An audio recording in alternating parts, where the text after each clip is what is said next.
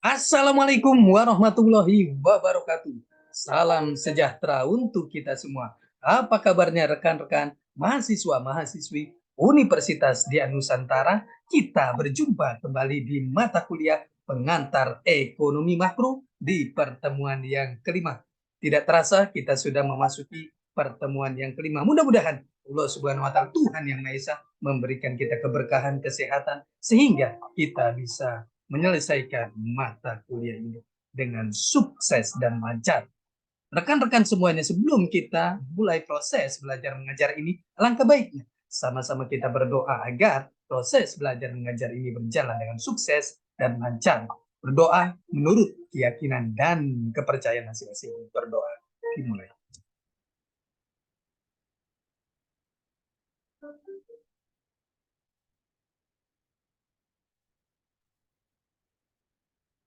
Selesai. Rekan-rekan semuanya, di pertemuan yang kelima ini kita akan membahas materi yang sangat menarik sekali. Mohon izin saya share materinya.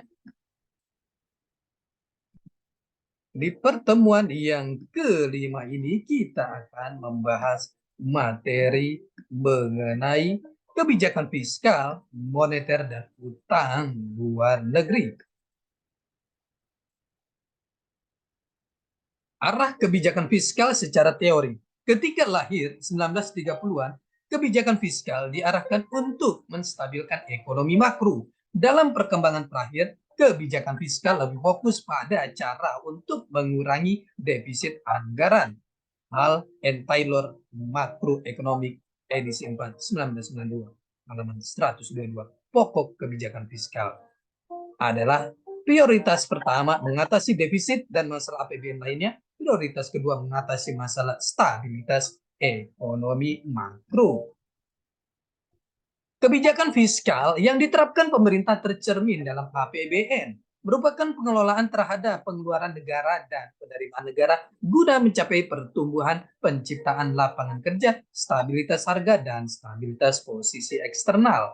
APBN dikatakan sehat dan kuat apabila tidak syarat dengan beban fiskal non-diskresioneri, sehingga akan memberikan ruang gerak yang luas bagi kebijakan pemerintah. Sebelum tahun 2000, APBN menerapkan anggaran berimbang dan menerapkan prinsip P-account.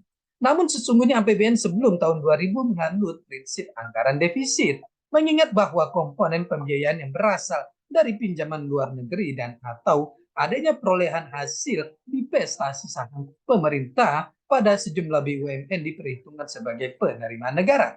Tahun anggaran 2000, APBN telah menerapkan Government Finance Statistic atau GFS, standar internasional pelaporan keuangan pemerintah. Pembiayaan anggaran below the line secara eksplisit mulai diperlihatkan pada APBN 2000. Fungsi komponen pembiayaan anggaran adalah untuk membiayai defisit atau menampung surplus APBN. Pembiayaan defisit adalah semua jenis pembiayaan yang digunakan untuk menutup defisit belanja negara yang bersumber dari pembiayaan dalam negeri dan pembiayaan luar negeri bersih. Berperan sebagai alat untuk memperkirakan dampak operasi keuangan pemerintah terhadap perekonomian. Perubahan di dalam kewajiban pemerintah baik yang berkaitan dengan pembayaran kembali segala kewajiban pemerintah atau repayment di masa yang akan datang. Perubahan likuiditas yang dimiliki pemerintah, liquidity holding. Konsep defisit anggaran. Defisit terjadi apabila pengeluaran pemerintah lebih besar daripada penerimaan. Ada dua konsep defisit yang penting, yakni keseimbangan umum overall balance. True merupakan selisih antara pengeluaran dan penerimaan negara. Primary fiscal balance atau keseimbangan primer merupakan selisih antara pengeluaran pemerintah di luar pembayaran bunga utang atau pinjaman dengan penerimaan. Komposisi pembiayaan anggaran. Pembiayaan anggaran dikelompokkan menjadi dua. pembiayaan dalam negeri dan pembiayaan luar negeri. Pembiayaan dalam negeri, sektor perbankan dalam negeri. Pembiayaan yang berasal dari perbankan dalam negeri dapat berupa pinjaman atau kredit bank. Penggunaan sisa anggaran lebih SAL tahun-tahun anggaran sebelumnya yang tersimpan pada rekening pemerintah baik di bank-bank umum maupun bank sentral. Atau yang ketiga, penambahan simpanan pemerintah di sektor perbankan dalam hal terdapat sisa anggaran lebih pada pelaksanaan APBN. B. Sektor non-perbankan dalam negeri. Penerimaan hasil divestasi saham pemerintah pada BUMN dan penerimaan privatisasi BUMN. Penjualan obligasi pemerintah atau fiskalisasi. Penjualan aset perbankan dalam program restrukturisasi, penyihatan, dan penyertaan modal pemerintah. Hasil privatisasi maupun penjualan aset restrukturisasi perbankan tidak dapat dianggap sebagai unsur penerimaan negara karena transaksi tersebut merupakan pemindah bukuan aset dari yang kurang likuid ke bentuk yang lebih likuid dalam upaya mempertahankan likuiditas pada posisi keuangan pemerintah guna menutup kekurangan dalam pembiayaan pengeluaran negara, dan hal tersebut akan berpengaruh pada posisi kekayaan pemerintah di masa yang akan datang. Pembiayaan luar negeri merupakan net penarikan pinjaman luar negeri, baik pinjaman program maupun pinjaman proyek, dikurangi dengan pelunasan pokok pinjaman luar negeri. Pinjaman program berupa valuta asing yang dapat dirupiahkan untuk membiayai berbagai program pembangunan yang telah direncanakan. Untuk mencairkan pinjaman program, pemerintah biasanya diharuskan untuk melaksanakan berbagai kebijakan yang menjadi syarat pencairan tersebut atau policy matrix. Pinjaman proyek, penggunaannya lebih terarah kepada pembiayaan pelaksanaan suatu proyek tertentu sesuai dengan rencana yang telah disusun dalam pengeluaran pembangunan.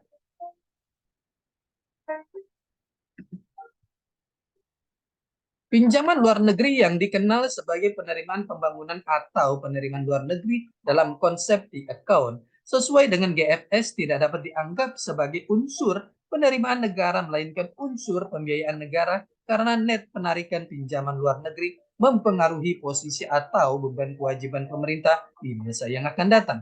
Peranan pembiayaan dalam negeri diharapkan semakin meningkat sebagai cermin peningkatan kemandirian dan untuk mengurangi ketergantungan terhadap pihak luar negeri.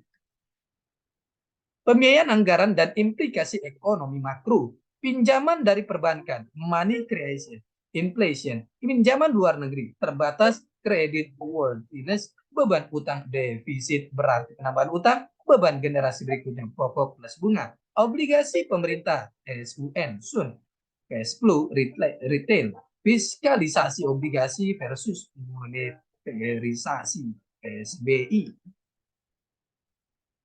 Privatisasi, efisiensi, memperbaiki posisi fiskal, liquidity holding, PHK, kontrol pemerintah terhadap industri, penjualan aset melalui PPPA, optimalisasi nilai aset dan strategi dan waktu penjualan aset secara tepat.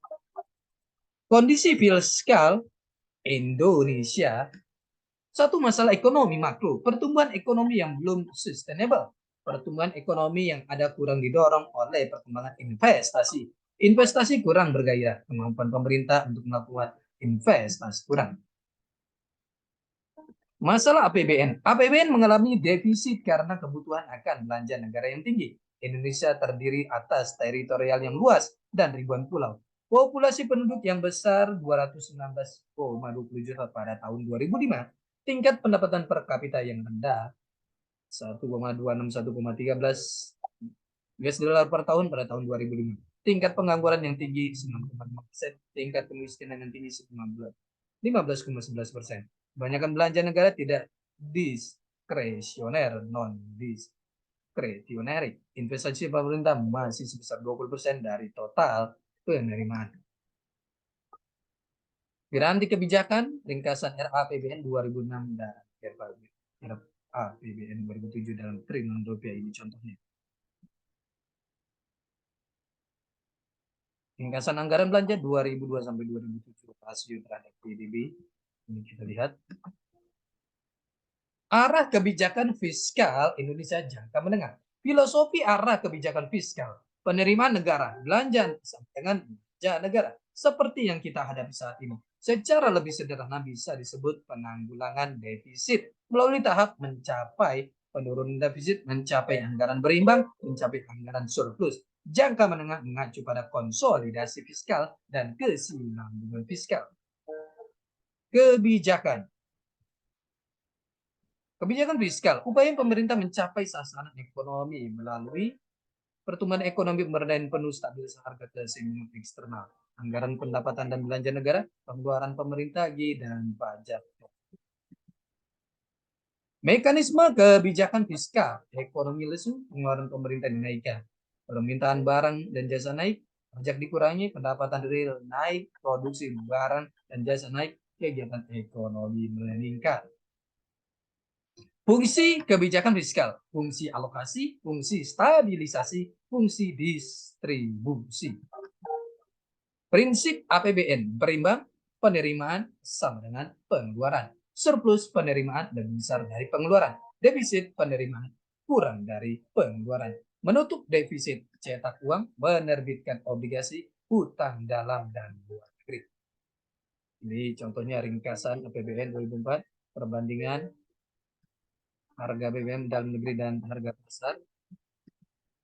Pengeluaran negara, konsumsi pemerintah, investasi pemerintah, pemberian subsidi, pemberian transfer, penerimaan pajak, pajak penghasilan, pajak pertambahan nilai, pajak bumi dan bangunan, cukai, bea masuk, pajak ekspor.